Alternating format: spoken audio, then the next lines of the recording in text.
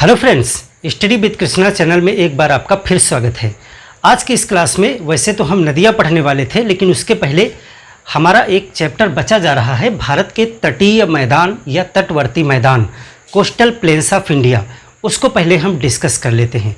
तो चलिए सबसे पहले हम ये समझते हैं कि तटवर्ती मैदान कहाँ पाए जाते हैं और ये कौन कौन से हैं। तो चूँकि तटवर्ती मैदान पढ़ना है यानी कि समुद्र के किनारे किनारे, तो सिर्फ प्रायद्वीपीय भारत का एक मैप बना करके सबसे पहले हम उनकी लोकेशंस को देख लेते हैं। ये हमारा प्रायद्वीपीय भारत है। आपको यहाँ पर हमने पढ़ाया है कि जो पश्चिमी क्षेत्र है वहाँ पर एक माउंटेन रेंज है जिसको हम पश्चिमी घाट कहते हैं, और पूरब तरफ भी एक कई टुकड़ों में विखंडित एक माउंटेन रेंज है जिसको पूर्वी घाट कहते हैं। ये क्या है? ये पश्चिमी घाट है। कायदे से इसको समझ लीजिए, बहुत सारे प्रश्न आपके इससे बनेंगे। और ये है पूर्वी घाट। इस पे हम पूरा एक चैप्टर पढ़ चुके हैं। ये आपका अरब सागर है। ये है अरब सागर, और इधर है बे ऑफ बंगाल यानी बंगाल की खाड़ी। बंगाल की खाड़ी जो पश्चिमी घाट है, पश्चिमी घाट और अरब सागर के बीच में कुछ मैदानी क्षेत्र है जिसको पश्चिमी तटीय मैदान कहा जाता है। यानी कि ये एरिया जो है वो एक प्लेन यानी एक मैदान का निर्माण करता है। इसको कहते हैं पश्चिम तटीय मैदान, पश्चिम तटवर्ती या तटीय यानी वेस्टर्न कोस्ट प्लेन्स मैदान। और जो पूरब की तरफ पूर्वी घाट और समुद्र तट यानी बंगाल की खाड़ी के बीच में एक मैदान डेवलप हो जाता है, इसको कहते हैं पूर्वी तटीय मैदान।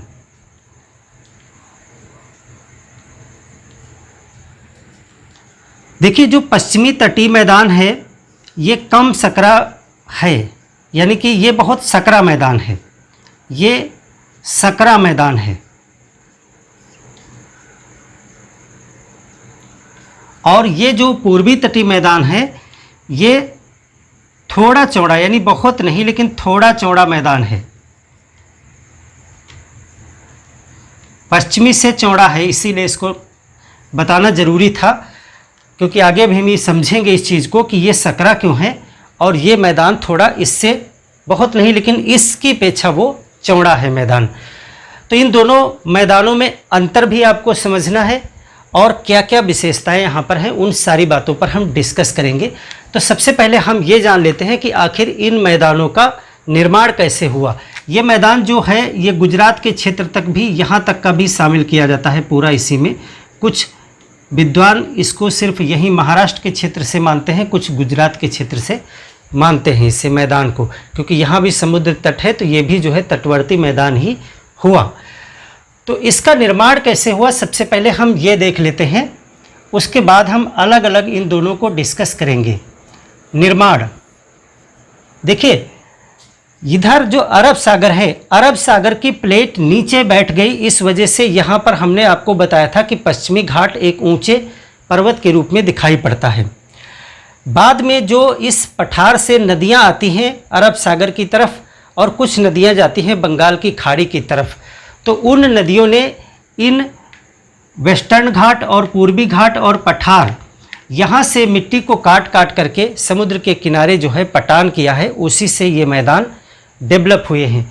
तो एक तो इसमें नदियों का योगदान है। कौन सी नदियाँ? जो प्रायद्वीपीय नदियाँ हैं, यानी भारत के प्रायद्वीपीय क्षेत्र से बहने वाली नदियों ने अपक्षय, अपर्दन और डिपोजिशन यानी अवसादन, इन प्रक्रियाओं के फलस्वरूप इन मैदानों का निर्माण किया है। तो एक कारक ये है।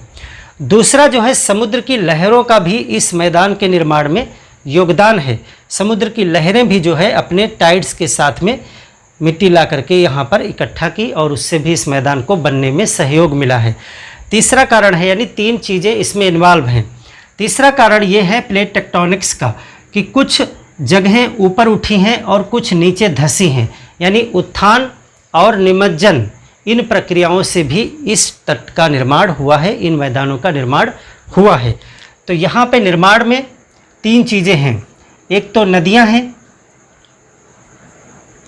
नदियों ने क्या किया है, अपर्दन किया है, अपर्दन और अवसादन या निक्षेपण, इन प्रक्रियाओं से जो है नदियों ने ये मैदान डेवलप किया है। दूसरा, समुद्री लहरें,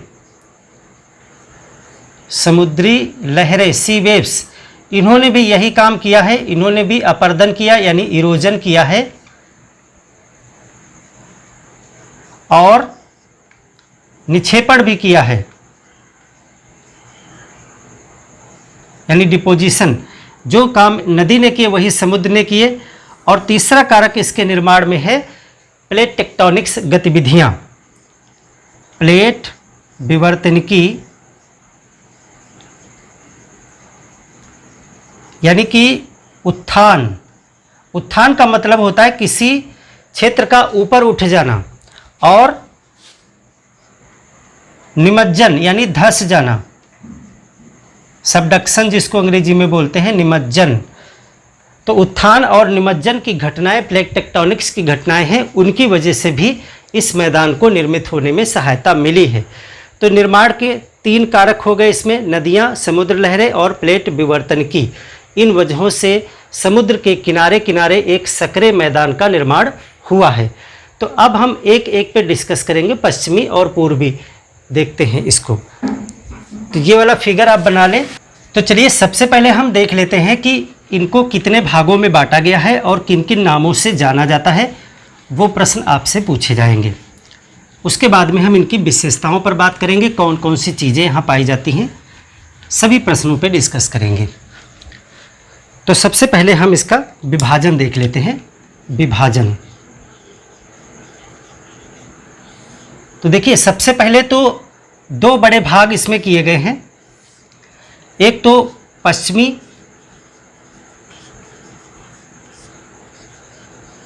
तटीय मैदान और एक पूर्वी तटीय मैदान, पूरब के तट पे जो मैदान है, पूर्वी तटीय मैदान। ये 2 विभाजन हैं, दोनों हमने आपको चित्र में बना के भी दिखा दिए। अब यहाँ पे हम इसको पूरा क्षेत्रीय विभाजन को समझेंगे। ये आपका कच्छ है और ये आपका काठियावाड़ क्षेत्र है, खंभात की खाड़ी, और ये आप आ गए केरल, तमिलनाडु, आंध्र प्रदेश, उड़ीसा, वेस्ट बंगाल। बस इतने ही मैप की ज़रूरत है। तो देखिए जो हमारा पश्चिमी तट है, पश्चिमी तट कहाँ से कहाँ तक है पहले ये देखें। पश्चिमी तट ये जो आपका है ये है कच्छ का मैदान, इसको क्या बोलते हैं, कच्छ का तट। तट कहें या कच्छ तट का मैदान, दोनों में अंतर समझ लें। तट है और तट के साथ जो लगा हुआ मैदान भी है, तो तटीय मैदान उसी को कहा जाता है जो तट से लगा हुआ मैदान होता है। तो ये क्या है, कच्छ।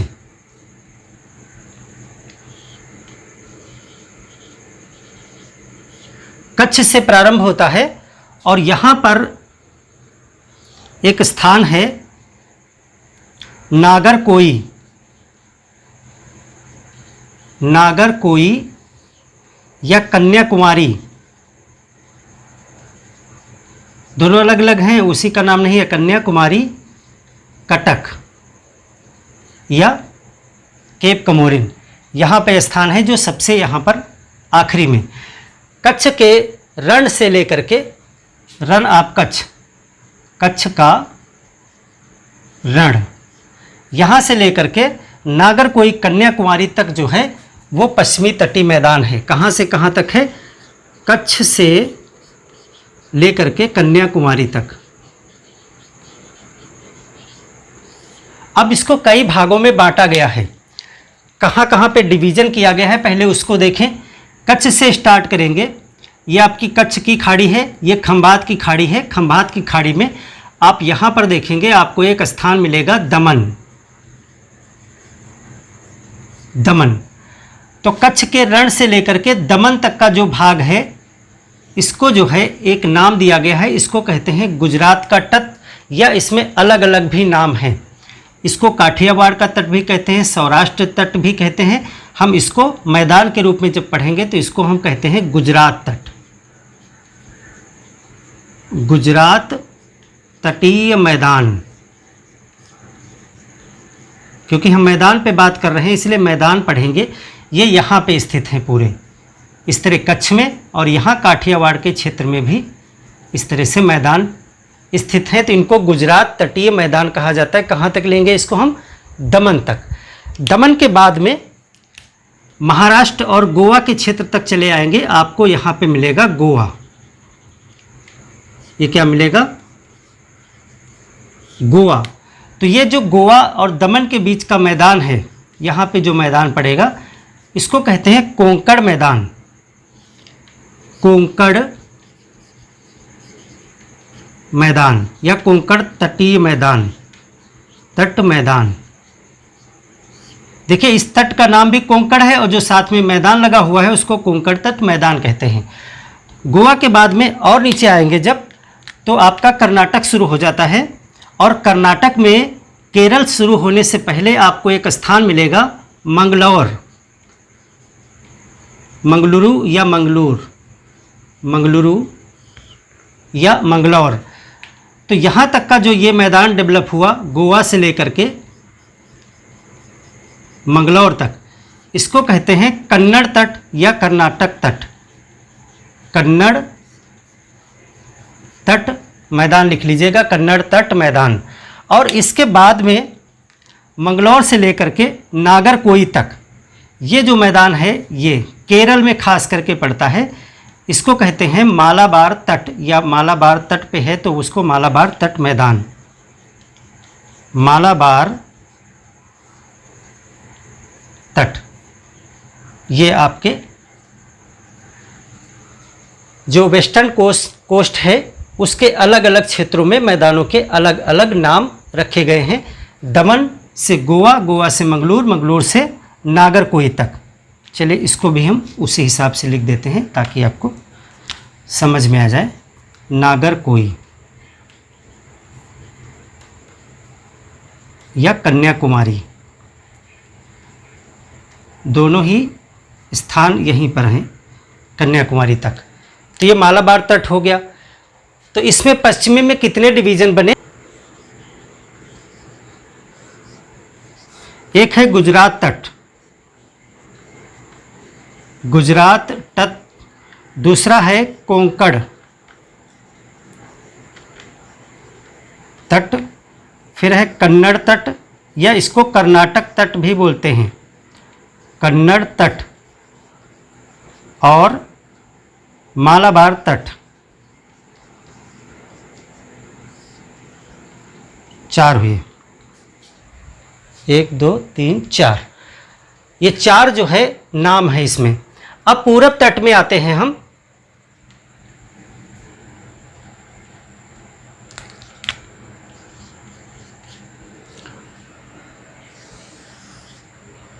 पूरब तट में देखते हैं पूरब की तरफ जो मैदान है उनका वर्गीकरण कैसे किया गया है। तो देखिए पूरब की तरफ कई तरीके से वर्गीकरण किया गया है, अलग अलग पुस्तकों में आपको मिलेगा। मैं आपको सभी वर्गीकरण बता दूंगा, उसी हिसाब से जैसा प्रश्न है वैसा आप टिक कर लीजिएगा। देखिए यहाँ पे उड़ीसा है, तो जो उड़ीसा में तट पड़ता है उसको कहते हैं उत्कल,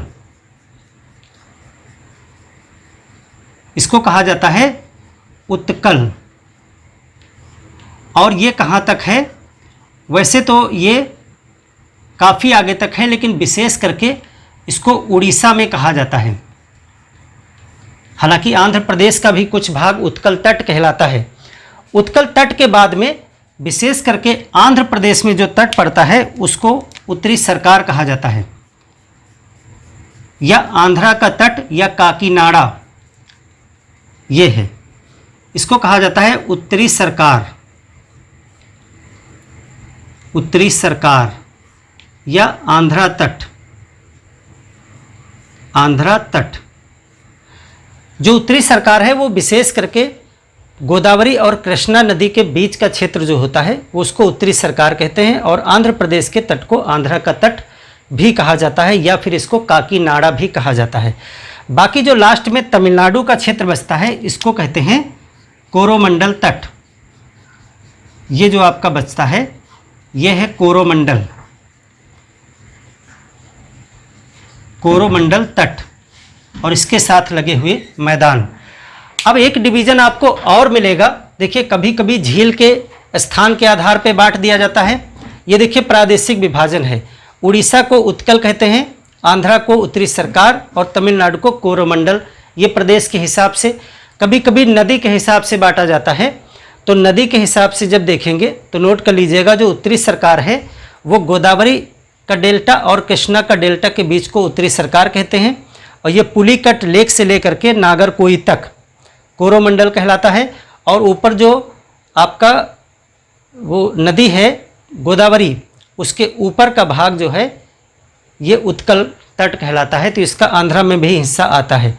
कभी कभी सिर्फ 2 डिवीज़न भी आपको दिखाई पड़ेंगे, वो कृष्णा नदी के आधार पर बांटे जाते हैं। आंध्र प्रदेश में एक नदी आप देखोगे कृष्णा नदी, तो कृष्णा नदी के ऊपर का सभी भाग उत्तरी सरकार कहलाता है और नीचे का कोरोमंडल कहलाता है, यानी कि सिर्फ 2 डिवीज़न किए जाते हैं। तो इस तरह से कई प्रकार से अलग अलग पुस्तकों में डिवीज़न है।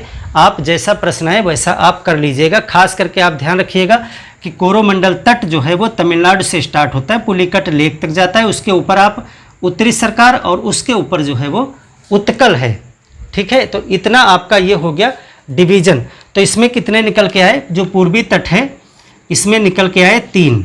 एक है उत्कल और दूसरा है उत्तरी सरकार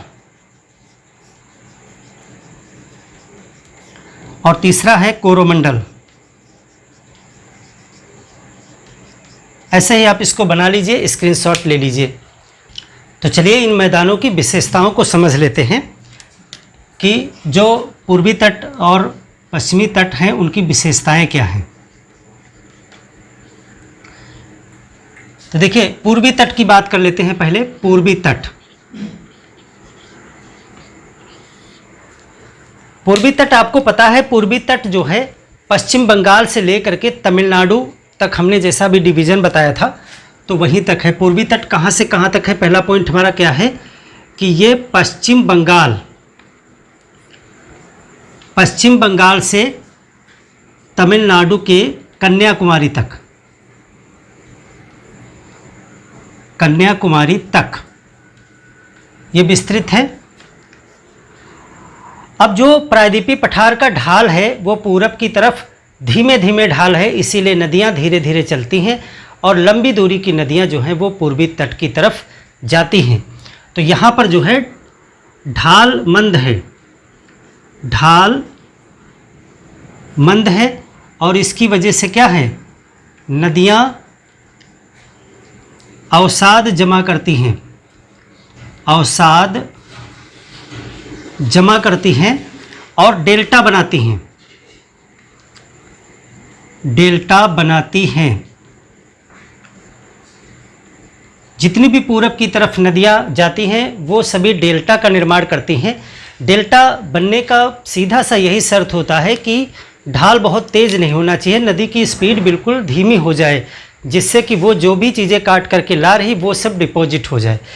तो इधर डेल्टा बनाती हैं। उदाहरण आपके पास है डेल्टा, जैसे कि आप डेल्टा देखना चाहें तो कौन कौन सी नदियाँ जो पूरब की तरफ जा रही डेल्टा बनाती हैं। तो देखिए उड़ीसा में महानदी, एक महानदी का डेल्टा बनता है।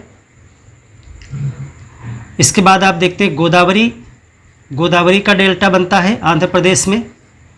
इसके बाद आप देखते हैं कृष्णा का डेल्टा बनता है आंध्र प्रदेश में और कावेरी का डेल्टा बनता है तमिलनाडु में। कावेरी का डेल्टा तमिलनाडु में, कृष्णा और ये दोनों आंध्र प्रदेश में और ये उड़ीसा में। तो इस प्रकार से आपके ये उदाहरण हो गए। ढालमंद है, डेल्टा बनाते हैं और क्या है यहाँ पर जो है, चूँकि जब डेल्टा बनाते हैं और नदी में जा कर के ये सारी नदियाँ बहुत सारी गाद जमा करती हैं तो बंगाल की खाड़ी में गाद की अधिकता हो जाती है। गाद का मतलब है वही कटी हुई मिट्टी। तो बंगाल की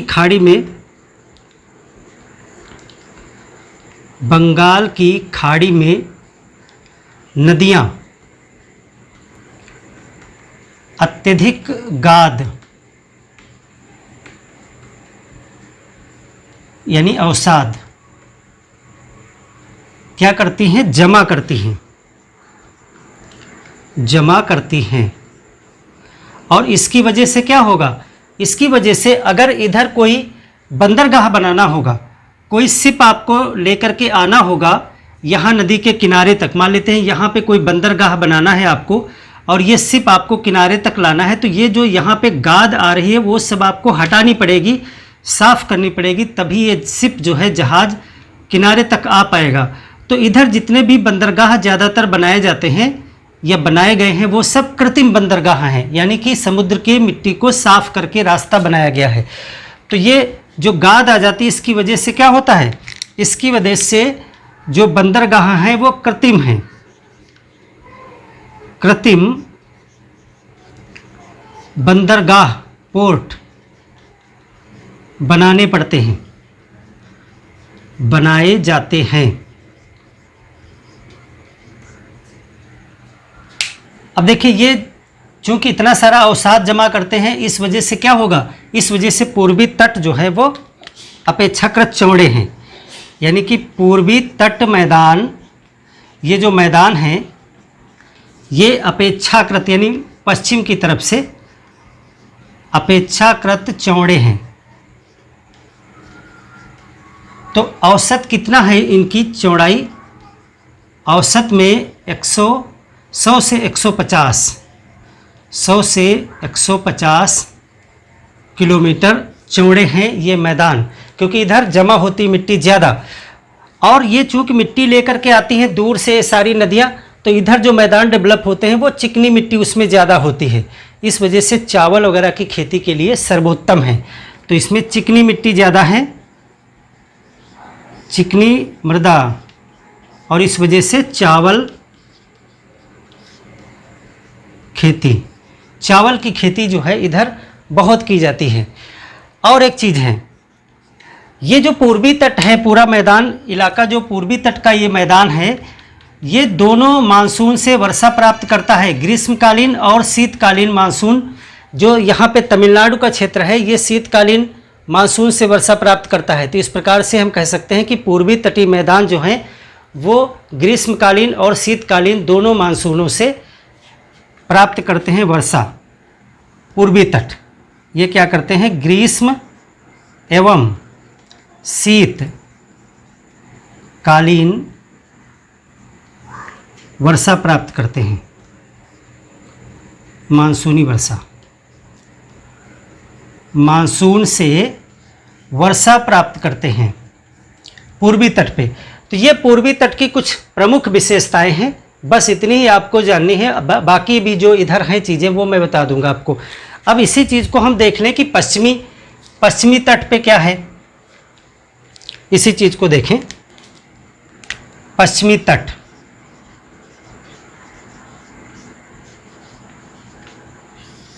अब देखिए यहाँ पश्चिमी तट में क्या है, ये सभी नदियाँ जो हैं इधर की वो छोटी छोटी नदियाँ हैं। जैसे कि आप देखोगे यहाँ पे एक साबरमती है, साबरमती, माही, नर्मदा, ताप्ती, इधर आप कर्नाटक में देखोगे सारावती, यहाँ पे केरल में आप देखोगे पेरियार, गोवा में आप देखोगे जुआरी। इस तरह से नदियाँ हैं यहाँ पे, अभी मैं नदियाँ बता दूंगा कौन सी हैं, नाम भी लिख दूंगा बड़ा मैप बना करके। तो ये सभी नदियाँ कम दूरी तय करती हैं और ढाल बहुत तेज होने की वजह से इसके जस्ट विपरीत स्थिति बन जाती है।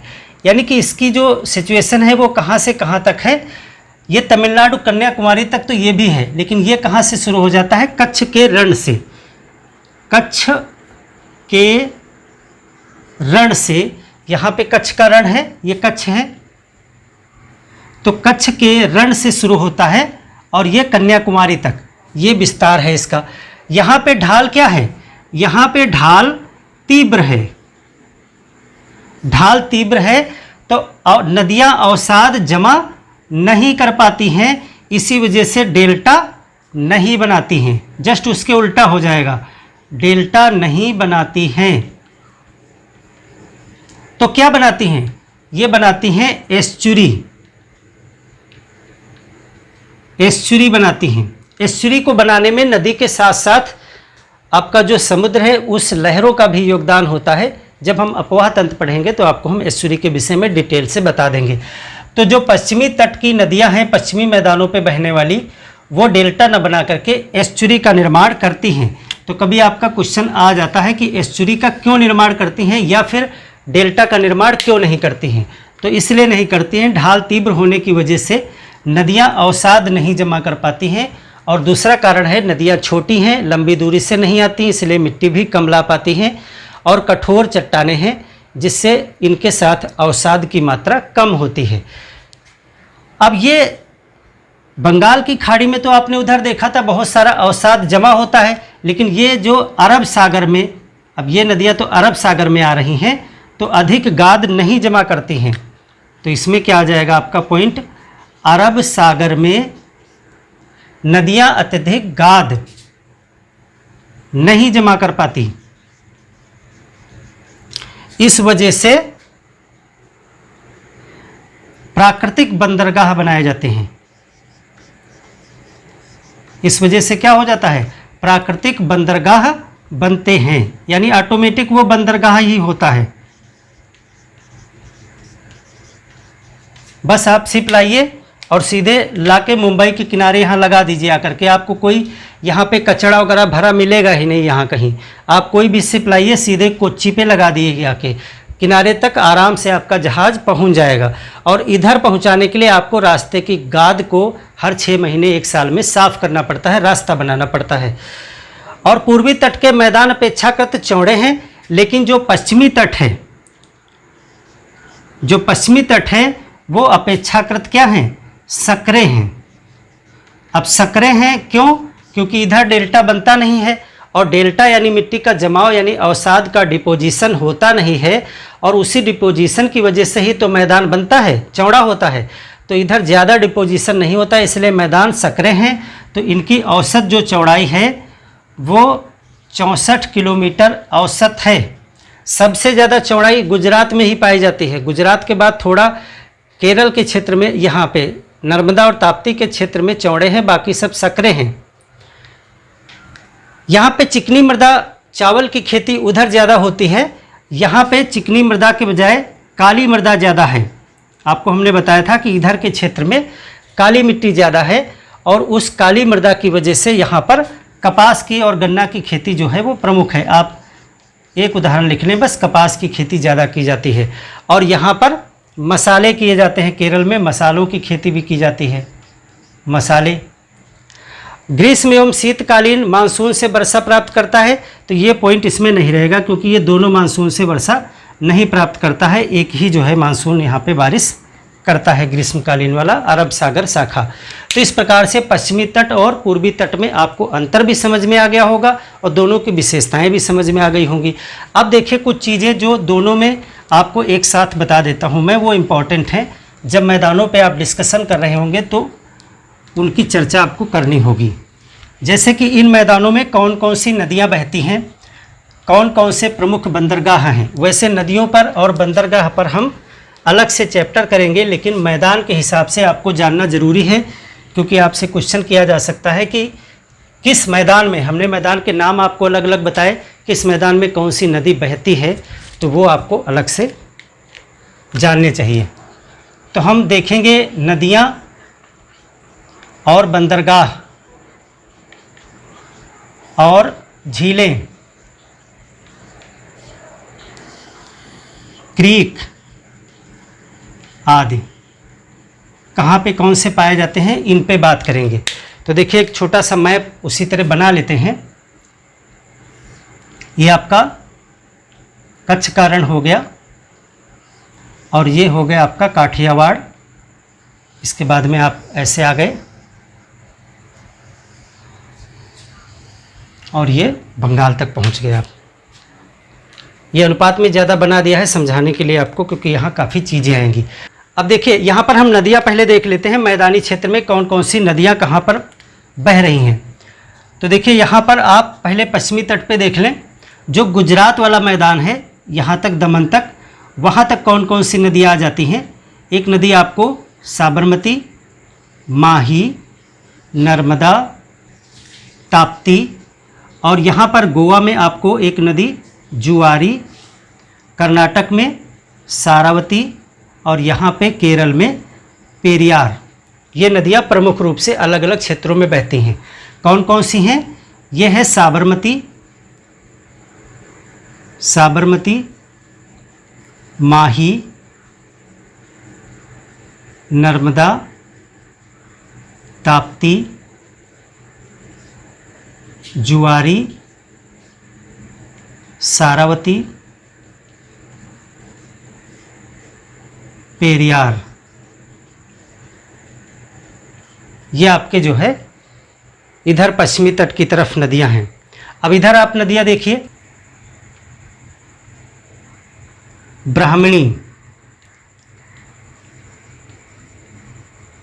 ब्राह्मणी, उसके बाद आप उड़ीसा में देखेंगे महानदी,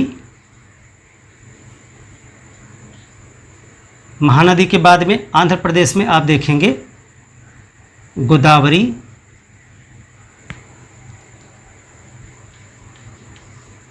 गोदावरी के बाद में आप देखोगे आंध्र प्रदेश में ही कृष्णा,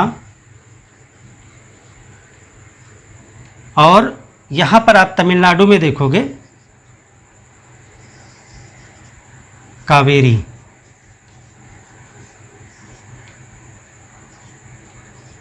ये जो है इधर की तरफ प्रमुख नदियां हैं।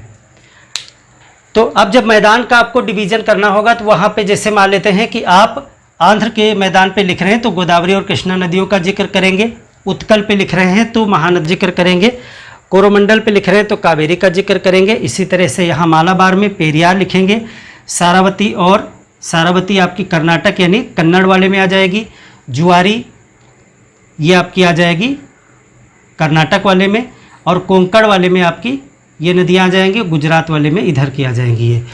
तो ये सभी आप मैप के अनुसार देख लीजिएगा कहाँ पे कौन सी नदियाँ आ रही हैं। तो नदियाँ प्रमुख आपने जान ली। क्या इसको ऐसे भी लिख दें कि इस वाले में आ रहा है, जो कहाँ से डिवीज़न किया गया था उसको भी हम देख लें, तो आप ऐसे डिवीज़न भी कर सकते हैं। देखिए ये आपका एक डिवीज़न हो गया, ये मान लीजिए आप उड़ीसा, ये है उड़ीसा, और ये आपका डिवीज़न हो गया आंध्र प्रदेश, और ये आपका हो गया तमिलनाडु। अब उसी अनुसार मैदान का नाम भी आपको पता हो जाएगा। इधर आप देखें तो ये आपका डिवीज़न हो गया गुजरात वाला, गुजरात, और ये जुआरी नदी यानी गोवा, ये आपका हो गया कोंकण, और कोंकण के बाद में ये मंगलौर तक का आपका हो गया कन्नड़, जैसा पीछे भी बताया था पूरा। और ये जो है ये इलाका आपका हो गया केरल का यानी मालाबार, मालाबार। और इधर भी अगर लिख दें तो तमिलनाडु या कोरोमंडल आप कह सकते हो, कोरोमंडल। आंध्र प्रदेश यानी उत्तरी सरकार, उड़ीसा माने उत्कल। मैदान के नाम से भी प्रदेश के नाम से भी, दोनों नाम से आप जान जाएंगे। तो ये डिवीज़न है इस तरह से। अब यहाँ पर देखिए प्रमुख आपसे पोर्ट बंदरगाह भी पूछे जा सकते हैं। कौन से, जैसे उत्कल में कौन से बंदरगाह हैं, आंध्र प्रदेश में कौन से बंदरगाह हैं, तो कौन कौन से बंदरगाह कहाँ पर आपके मिलेंगे, उसका एक अलग से फिगर बना लेंगे तभी आसान रहेगा। तो देखिए ये आपका नदी हो गया, स्क्रीनशॉट ले लीजिए। और अब हम जल्दी से देख लेते हैं पोर्ट और झीलें वगैरह, क्रीक वगैरह। पोर्ट को देखिए, पोर्ट पे अलग चैप्टर होगा, लेकिन यहाँ मैदान में आपको चीज़ें समझना ज़रूरी है। देखिए यहाँ पे आपका एक पोर्ट पड़ेगा कांडला, गुजरात में कांडला। ये बिल्कुल जो टिप है काठियावाड़ पेनिनसुला की, ये है ओखा।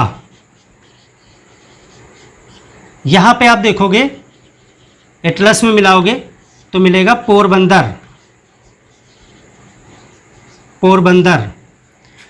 ये और ज़्यादा अंदर की तरफ है, इस तरह से पूरा ऐसे।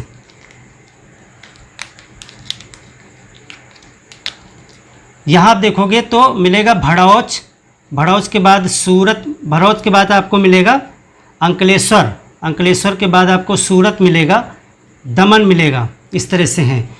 यह है आपका भड़ौच, भड़ौच, अंकलेश्वर,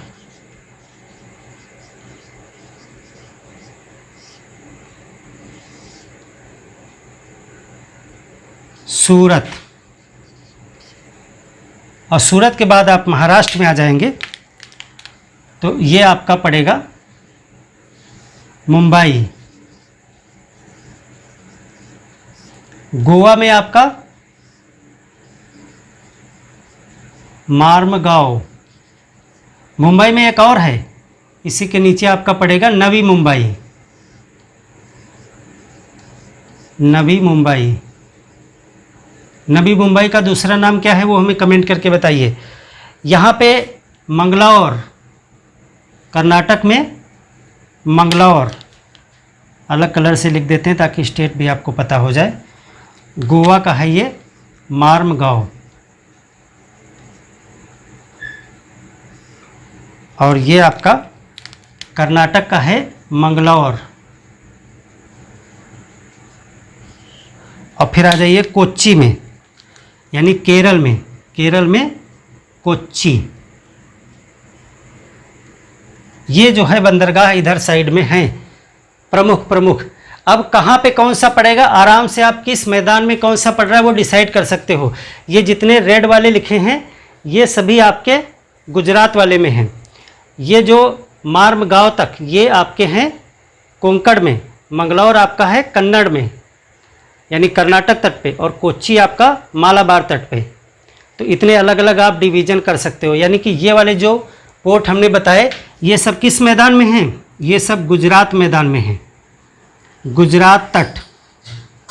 ये जो बम्बई, नवी मुंबई और मार्मगांव ये हैं सब कोंकण में, कोंकण में। और मंगलौर किस में है, कन्नड़ में, कन्नड़ तट पे। और कोच्चि किस पे है, मालाबार, मालाबार तट।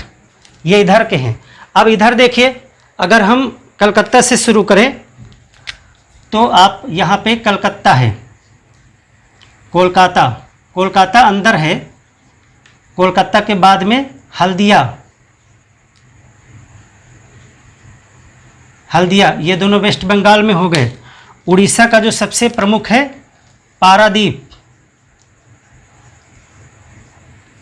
पारादीप। अब आंध्र प्रदेश में दो प्रमुख ले लीजिए। आंध्र प्रदेश में विशाखापट्टनम, मछलीपट्टनम, विशाखापट्टनम और मछलीपट्टनम,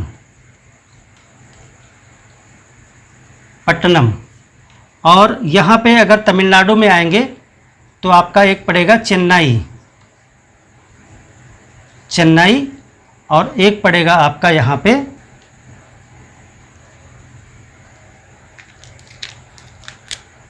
चेन्नई,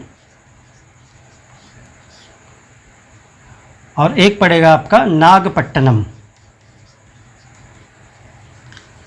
बहुत से बंदरगाह हैं, ये सिर्फ हमने आपको एग्जाम्पल दिए कि अलग अलग तटों पे अलग अलग कौन कौन से बंदरगाह आप एग्जाम्पल के तौर पे दे सकते हैं। देखिए डेंसिटी ऑफ पॉपुलेशन वेस्टर्न की तरफ कम है, इधर आपको बहुत ज़्यादा डेंसिटी ऑफ पॉपुलेशन मिलेगी क्योंकि इधर पर उपजाऊ और चौड़े मैदान है। तो आपका जो पूर्वी तट का मैदान है यहाँ पर ज़्यादा जनसंख्या पाई जाती है मैदान में। अब देखिए कुछ झीलें भी हैं, तो दो प्रमुख झीलें आपकी वेस्टर्न साइड में हैं और दो प्रमुख झीलें जो लेगून हैं वो आपकी पूर्वी साइड में भी हैं। यानी पूर्वी तटीय मैदान में भी दो प्रमुख लेगून हैं और दो प्रमुख लेगून झीलें आपके पश्चिम तट मैदान पर भी हैं। तो उनको भी जल्दी से एक डायग्राम में बना लीजिए, इसका स्क्रीनशॉट लीजिए। उधर का भी स्टेट में बता दूं, ये वेस्ट बंगाल से हैं, ये उड़ीसा में है, ये आंध्र प्रदेश में है, ये तमिलनाडु में है। चलिए क्रीक को बता देता हूं मैं आपको। और मैदान आपके कंप्लीट हो जाएंगे।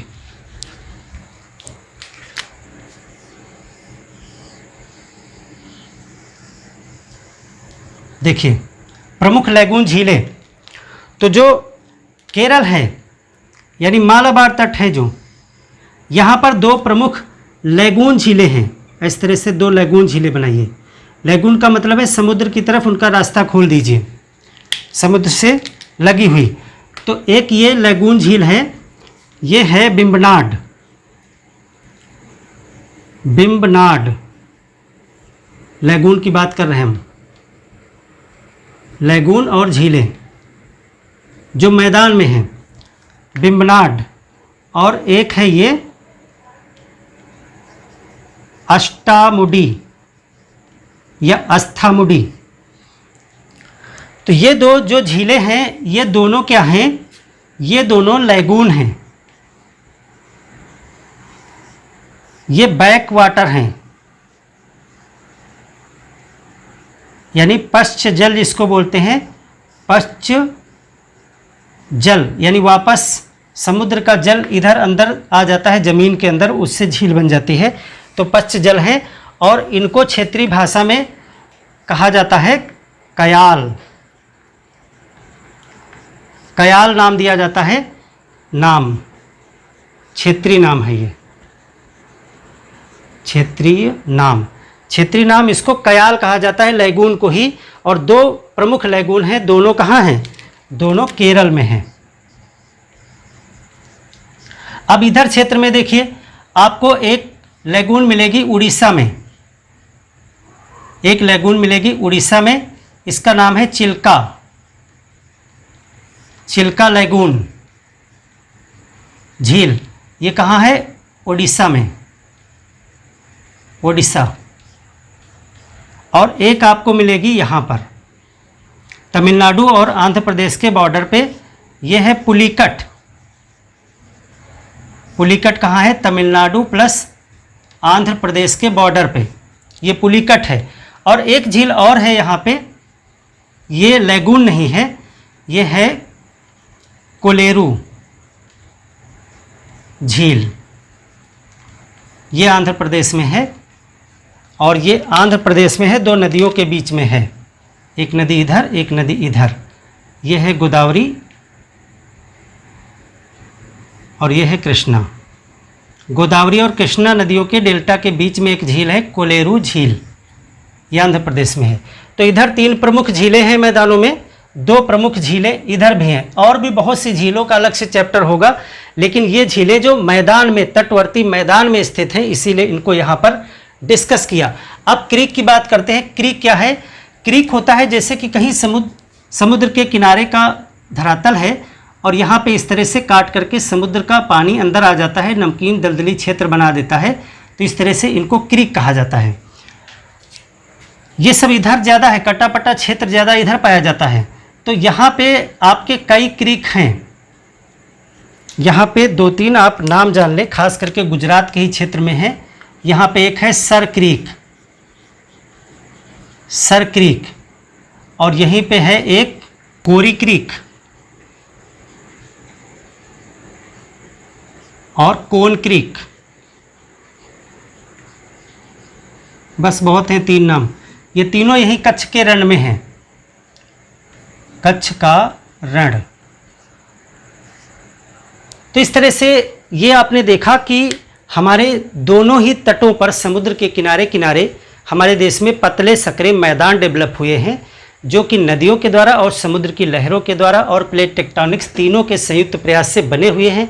उनको हमने अलग अलग क्षेत्रों में नाम देखे और उनमें कौन सी नदियाँ, कौन सी झीलें, किस प्रकार की मिट्टी, कौन सी फसलें इत्यादि होती हैं, इन सब बातों पर हमने डिस्कस किया। तो इस प्रकार से जो हमारा भारत का भौतिक विभाजन वाला सेक्शन था वो पूरा हो गया है। अब हम यहाँ से अपवाह तंत्र शुरू करेंगे या फिर हम क्लाइमेटोलॉजी स्टार्ट करेंगे और मानसून वगैरह को पढ़ेंगे। तो पहले हम अपवाह तंत्र को पढ़ लेंगे, उसके बाद हम आगे सेक्शन शुरू करेंगे। तो मिलते हैं एक और बेहतर क्लास में, तब तक के लिए धन्यवाद।